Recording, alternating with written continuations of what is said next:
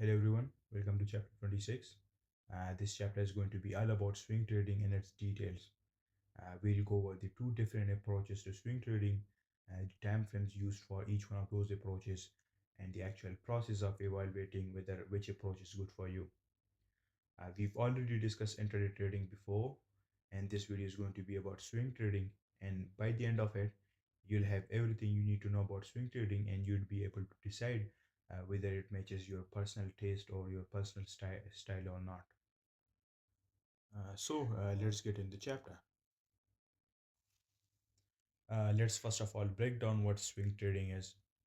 Swing trading is the style of trading in which we focus on capturing price movements over a period ranging from a few days to several weeks.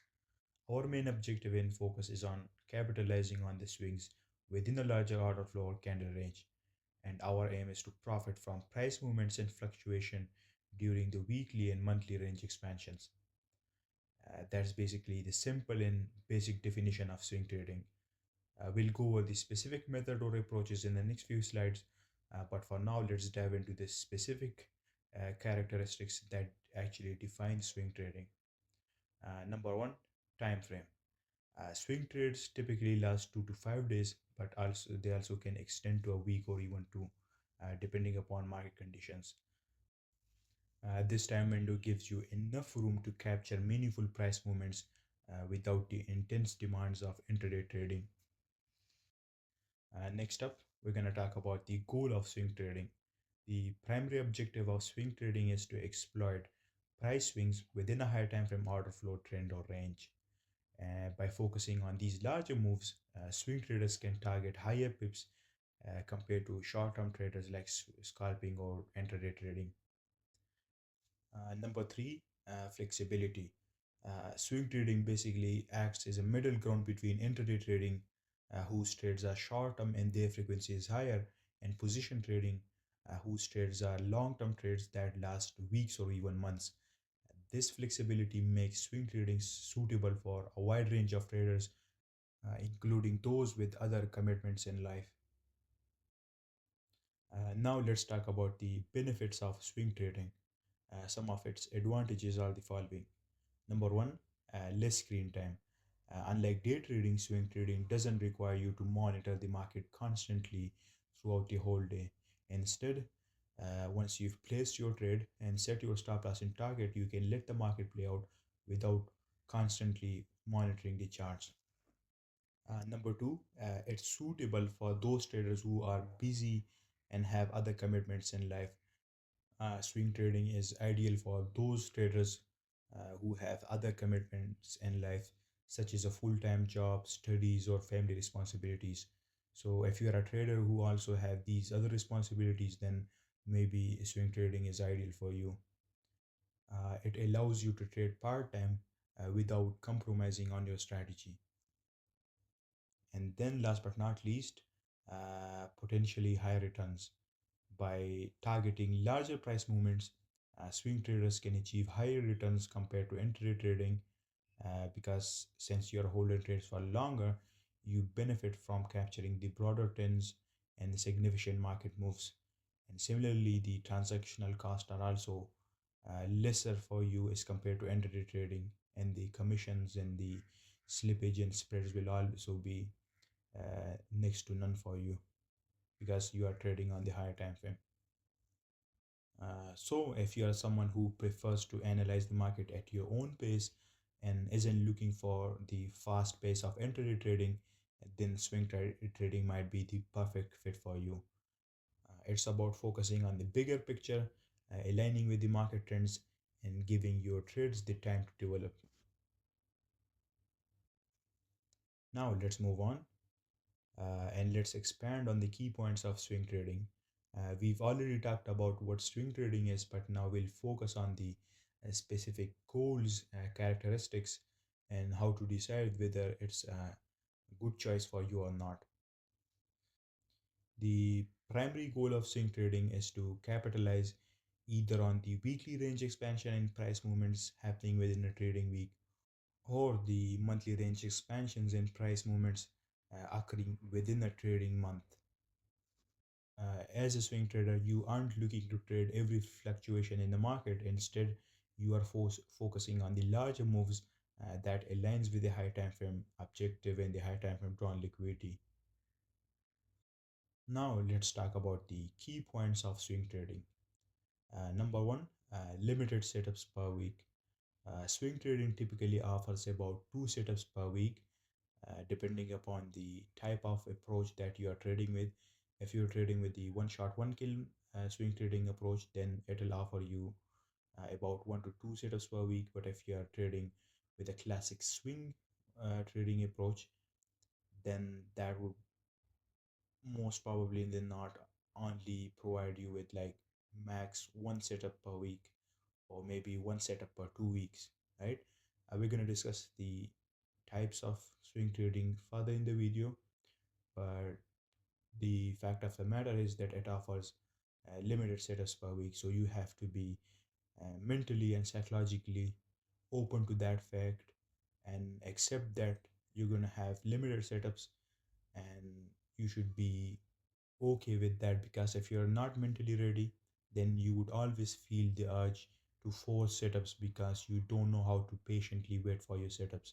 That's the hardest part about swing trading, waiting patiently for your setup to form instead of forcing a dumb trade idea that doesn't actually aligns with your high time frame context and framework, and that leads you to just stupid losses, right? That doesn't serve you any purpose.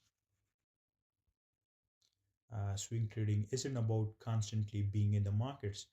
It's about waiting for the high probability opportunities and only then engaging with the markets. Number two, higher time frame confluences.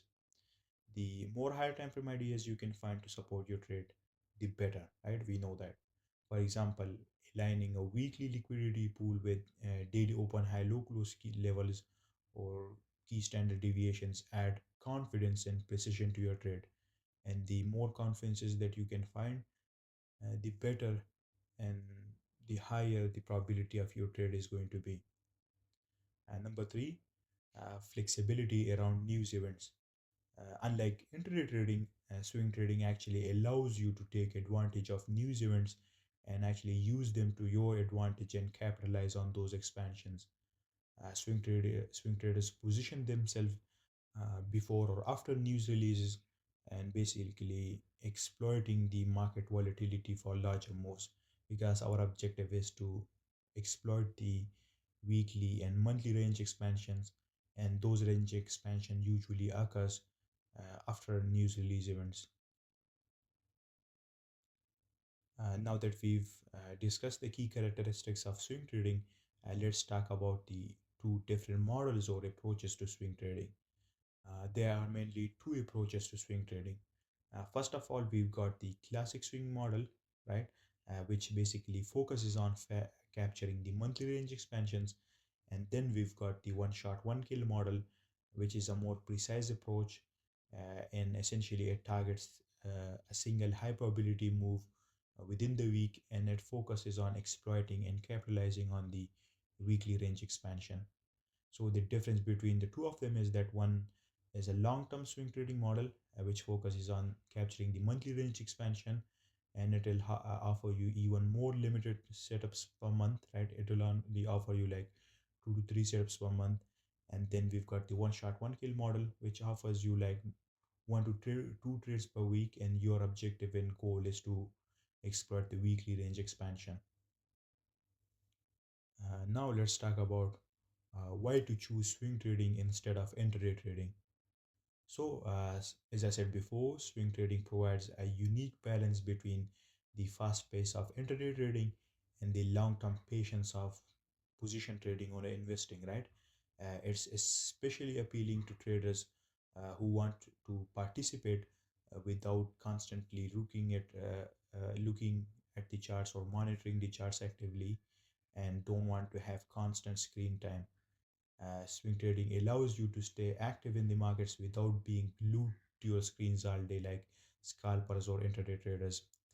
Because once your trades are set up, right, and you've placed your stop loss and targets, then you can let the market play out and basically put alerts and then manage trades as the market's price plays out. Uh, Number two, it's appealing to traders who prefer a methodical and planned approach. Swing trading isn't just about quick reactions, right? It's about carefully planning your trades and then executing them properly uh, with a detailed thought process, right? And by analyzing the market over higher time frames, you have enough time in which you can develop a structured trading plan and generate trading ideas with even more precision and accuracy. Number three, it's appealing to traders who aim to grow steadily over time. Swing trading emphasizes on compounding profits, where steady and consistent growth over weeks and months leads to long term success. Moving on, here in this slide, let's talk about the two main styles of swing trading. We've got the classic swing model or CSM and the one shot one kill model or the OSOK model. These are the these are basically the two sides of the same coin, right? They both focus on swing trading and they are subsets of swing trading, but they do it in different ways. So depending upon how you like to trade, you can pick the style or approach that fits your vibe. Let's break it down and see which one's for you. First of all, let's start with the classic swing model, or what I like to call the patient traders model, right? Because this model is all about playing the long term game, and your objective is to capitalize and exploit the monthly range expansion. And you're going to let your trade ride for those bigger moves. And obviously, it's going to take a lot of more time to play out, and you're going to have a really limited amount of setups per month, maybe 2 to 3 on average and 4 to 5 uh, maximum. Now let us discuss the key characteristics of the classic swing model. Let's first of all talk about the trade duration. For trade duration, you're looking at trades that last 5 days to several weeks, or maybe even longer if the trend is strong or we are currently consolidating. Because the classic swing model isn't about getting in and out quickly, it's about letting the market do its thing while you chill in the meantime, right? So if you are not a chill person, then this is not the style of trading for you. Next up, we've got trade frequency. With this model, you are aiming for about maximum one trade per week, or maybe even less than that, depending upon how many pairs you trade and what sort of market conditions are we currently dealing with, right? You're not trying to hit every single setup. You are waiting for the right setup, the one that is high probability and that aligns perfectly with the bigger picture. Because after all, your job is to exploit the monthly range expansion and not the weekly range expansions. And for higher time frame, your main focus is on the monthly and the weekly charts. And lower time frame for the classic swing model is basically the 4 hour time frame. When it's time to pull the trigger, you're going to zoom into the 4 hour time frame for your entries. And the way how you're going to frame those entries is by framing them around either weekly or monthly candle ranges or CRT, right? And that would give you enough detail to spot clean setups without getting overwhelmed by noise. Now, let's talk about why should we choose the classic swing model. So here's the deal. If you're someone who likes to think long term, right, doesn't want to stare at the charts all day and prefers a calm and a methodical approach, then this model's got your back, right? It's perfect if you have other commitments like a full-time job, school, or I don't know, maybe you just want to enjoy life without striking over every single pip or tick. Then the swing model, the classic swing model is for you. The classic swing model is basically like planting a seed and then letting it grow, right? You're not rushing, you're just trusting the process and letting the market play out. Next up, the second approach to swing trading is the one shot, one kill model. Now, let's talk about the one shot, one kill model or the OSOK model. This one is all about short-term swings, and your objective in focus is on capturing the weekly range expansions and getting in and out with precision. The key characteristics of the one shot, one kill model are the following: trade duration.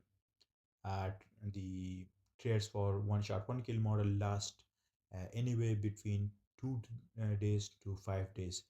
It's quicker than classic swing model or the CSM, but it's still swing trading. Your goal, objective, and focus is on taking advantage of the weekly range expansion instead of the monthly range expansion. And with one shot, one kill model, you're looking at around 2 trades per week maximum, right? That's the double with what you would get with the classic swing model. So if you like a little more action, then this model might be the perfect fit for you. For higher time frame, your focus shifts to the weekly and the daily charts. And for entry, you're going to be using the 1 hour charts, and you're going to frame your entries around daily candle ranges or daily CRT. And you're also going to look for the key levels on the daily chart. Now let's talk about why should we choose the one shot one kill model or the CSM or classic swing model. So, if you are the kind of trader who loves precision and doesn't mind checking the charts more often and wants to catch shorter but high probability moves, then you can choose this model. It's good for you if you like being more hands on with your trades, but still don't want the constant grind of intraday trading. Now, let's put these two models side by side so it's easier to see the difference. So, for the CSM, our focus is on the monthly range expansion, and for one shot, one kill, our focus is on the weekly range expansion. Regarding trade duration, then the trades of the CSM model last around 5 days to several weeks, and for one shot, one kill model, the trade last from 2 to 5 days. Now, talking about the trade frequency, the CSM model offers around maximum 1 trade per week, and the one shot, one kill model offers around 2 trades per week. For the CSM model, our higher time frames are the monthly and weekly chart, and for one shot, one kill, our time frames are the weekly and daily charts, and we're going to be looking for candle ranges and key levels on the daily chart.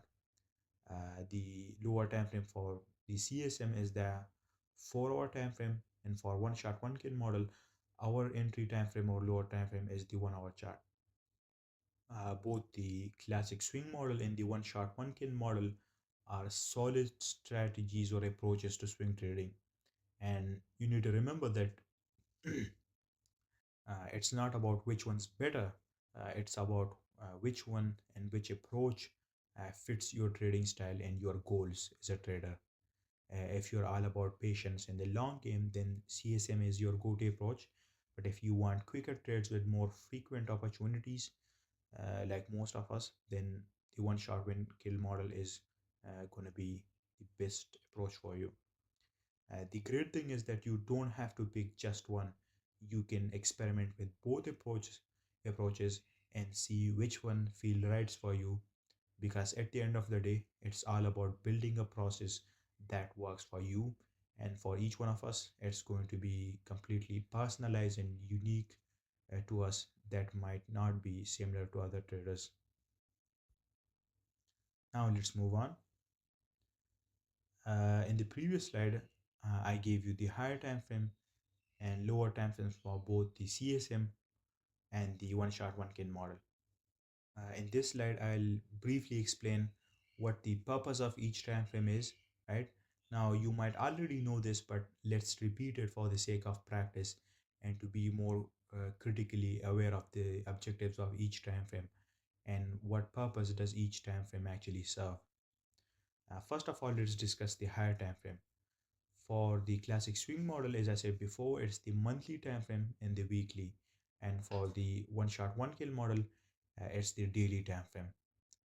Now, what you're going to do on the higher time frame is that you're going to, first of all, determine the higher time frame drawn liquidity or the directional buys. and you're going to determine both your short-term and long-term drawn liquidity. Now, I've already made a chapter on it, so I'm not going to explain it further. So if you are using the classic swing model, then you're going to determine your directional buys on the monthly time frame.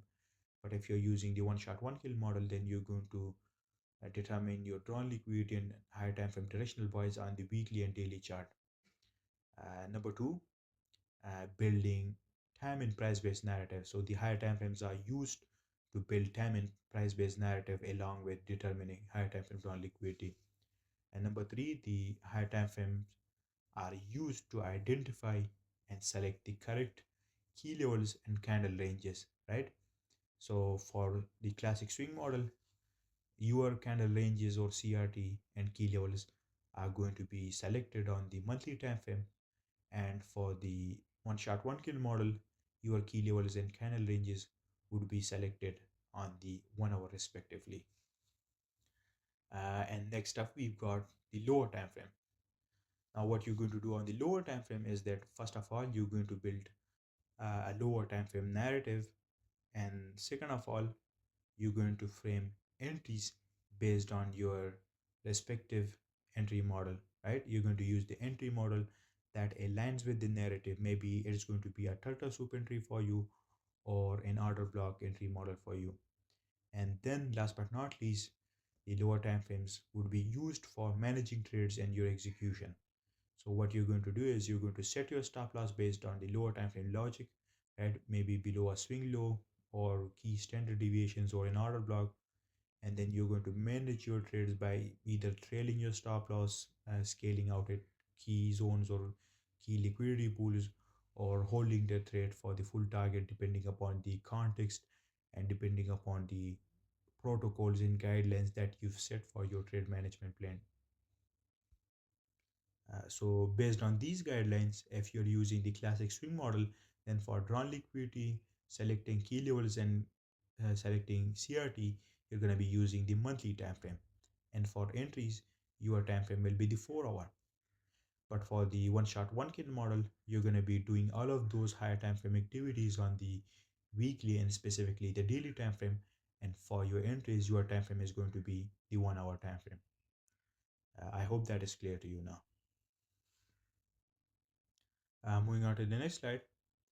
Here in this slide, we're gonna break down the main premises for swing trading for both swing trading approaches, and moreover, we will discuss what key principles makes up both methods of trading.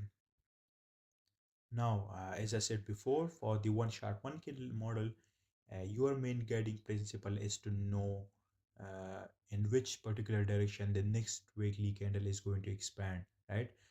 That is known as the weekly range expansion, and that will be the main guiding principle for you in your high time frame market context and narrative. And next up we've got is the day of the week. And the one shot one kill model, you're only going to find 1 to 2 high probability trades per week, meaning your focus is on quality over quantity. You're only going to be taking trades to position yourself in the direction of the higher time frame drawn liquidity to exploit the range expansion happening on a weekly basis. Now, for that method to successfully work, you need to be aware of the characteristics of each day of the week and the purpose each day might serve depending upon the different combinations of structures and frameworks that we have. And then, based on those protocols and guidelines, you're going to be positioning yourself on specific days of the week based on weekly profiles to exploit either continuation or reversal trades during the week. What you'll do is you'll wait for an anchor point to form on Monday, Tuesday, or Wednesday around a high time frame key level surrounding a CRT, and then you'll frame a setup around that CRT on the lower time frame. Next up is the entry model, entry setup, or framing your entry on the lower time frame. You're either going to do it through a turtle soup entry or an order block entry. If you're going to take the prior approach, then make sure you've thoroughly gone through the turtle soup chatter that I've made, but it's quite complicated as compared to the order block entry, which is pretty simple, mechanical, and methodical in its approach. These three main premises are the backbones of your swing trading models, right? So make sure that your thought process contain each one of them, and they are thoroughly considered with great consideration in your analysis before you generate any trading idea or make any decision regarding your analysis on the higher time frame. Moving on to the next slide.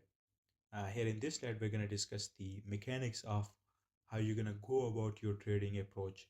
Now, remember, this isn't just for swing trading. This approach, this mechanical and systematic approach that you see right here, that I'll show you in just a minute, stays true for both swing trading, intraday trading, and even scalping, right? This is where we also finally talk about routine, because trading isn't just about a strategy or a system, it's about having a structured approach that you can rely on every single trading day, right? So let's walk through the key steps in the next slide. Moving on, let's finally get real here. Trading isn't just about knowing what's happening in the markets, it's about following a clear and a structured process every single day, right?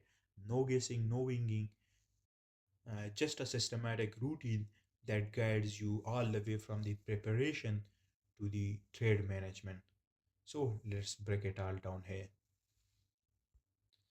So the first step that we've got is preparation or getting ready to trade. Now the reason preparation matter is that you cannot just jump into the market without a plan, right? Because preparation is where you figure out the bigger picture and actually figure out what's driving the market and where price is likely to go. And what you're going to do is you're going to check high impact news, right? You're going to write down all the key news events for the week. For example, maybe we have an FOMC event, an NFP, CPI, or any other earning reports, right? And you're going to ask yourself, will these events create volatility, and should I avoid trading due to this time, or can I use them to my advantage or to capitalize on it, right? The next thing that you're going to do is you're going to analyze the higher time frame monthly and weekly market structure and order flow. You're going to look at the current trend, and you're going to see either we are rejecting above highs or breaking below lows, or rejecting above lows and breaking above highs, and that will determine the order flow for you. And if none of that is happening, then maybe we are stuck in a range. And if we are stuck in a range, then you can use the range dynamic principles, and you're going to buy below lows and sell above highs. You're going to use this context, right, to build a weekly profile for how the market might expand. And next thing that you're going to do is you're going to find and determine the drawn liquidity on the higher time frame, right? And then inside the dealing range, you're going to figure out where price is likely to go next. Is it targeting a weekly high, a daily low, or maybe a key standard deviation? After you've done all of that, the next thing that you're going to do is you're going to identify and select the correct key levels that aligns with your directional buys, right? And now this key level could either be in the form of order blocks, candle ranges, breaker blocks, or fair value gaps, right? That's what you're going to do. That's your whole preparation step. The second step is opportunity discovery, which means spotting the setup. The reason it's important and crucial is that once you've prepared all of that, it's time for you to find the specific opportunities that aligns with your high time frame narrative, so that you can actually position yourself in a trade and you can exploit those range expansions. You are looking for setups that scream high probability and that have all of that narrative, market context, and confidence is behind it, backing it up. What you're going to do is look for high time frame candle ranges on your respective time frame.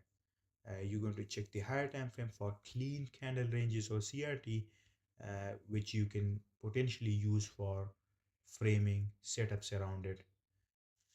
And those candle ranges will act as your anchor points for framing a trade idea. And you're going to make sure that that particular opportunity aligns with the higher time frame down liquidity. If your bias is bearish, then you're going to look for setups in the direction lower. But if your drawn liquidity and directional bias is bullish, then you're going to look for longs and buy setups. The key point is that this step is about building confidence in your setup and bringing clarity to it. If it doesn't align with the bigger picture, then you're going to let it go, right? You're not going to approach the market and you're going to stay risk off. The third step is trade planning, which basically means that you're going to be defining the details of your trade idea. The reason it's a game changer is that because trade planning takes the guesswork out of your execution, and this is exactly where you're going to decide how you're going to enter, how you're going to manage your risk, and exactly where you're going to exit the trade. What you're going to do is you're going to wait for a liquidity purge or a manipulation profile to happen, and after that you're going to look for a confirmation in the form of either an order block forming or a clean rejection after a liquidity purge or the manipulation purge, and this will give you a precise level to base your trade on, right? You can, if you don't want any confirmation entry, then you can straight away take in a turtle soup entry, but for that you need to be fully aware of all of those complexities that turtle soup entries have. But if you want a more mechanical and a systematic approach, then confirmational entry like order block entry or FEG or fair value gap entries might be more suitable for you. And once you've identified your entry point, right, the next thing that you're going to do is you're going to set your stop loss and target. You're going to set your stop loss based on the protocols and guidelines that you've set, that you have based on your entry model. And the same goes for your targets and take profits. And after you've done all of those steps, the last step is trade execution, which means pulling the trigger, right? Now, execution is where most traders mess up, right? You've got your plan now, but now the last and the most important step is to stick to it without messing up and ruining the whole process.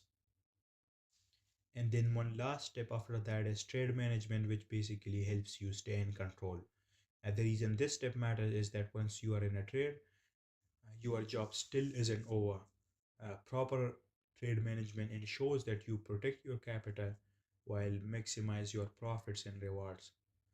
What you're going to do is you're going to monitor the trade, and you're going to watch how price reacts to certain key levels.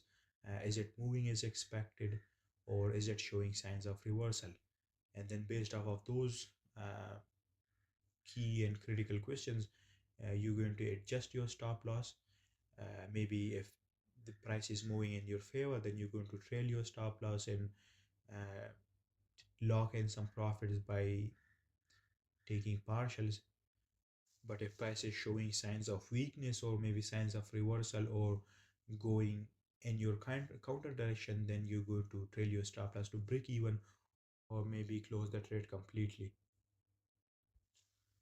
One important thing about trade management is that make sure that you don't micromanage, right? Make sure that you let the trade play out according to your plan, according to your predetermined plan, and avoid the temptation to close early unless the narrative has clearly changed. Uh, Key point is that your goal is to stay disciplined and trust the process that you've built without micromanaging. Now let's move on and let's discuss some examples and let's break down some examples. So right here you can see this price action chart. On the left we've got the higher time frame, and on the right we've got the lower time frame. And based on the time frames you can see, you can clearly estimate or assume that it's the one shot one kill model, because the higher time frame that is used is the daily, and for entries here you can see the 1 hour time frame, so it's basically the one shot one kill model. What you can see on the higher time frame is the order flow is bearish because we are consistently rejecting above highs and breaking below lows, and our draw liquidity is lower. So what our objective is going to be to expect and anticipate weekly range expansions towards the drawn liquidity lower. and we're going to position ourselves in that particular range expansion uh, around a daily candle range or daily CRT.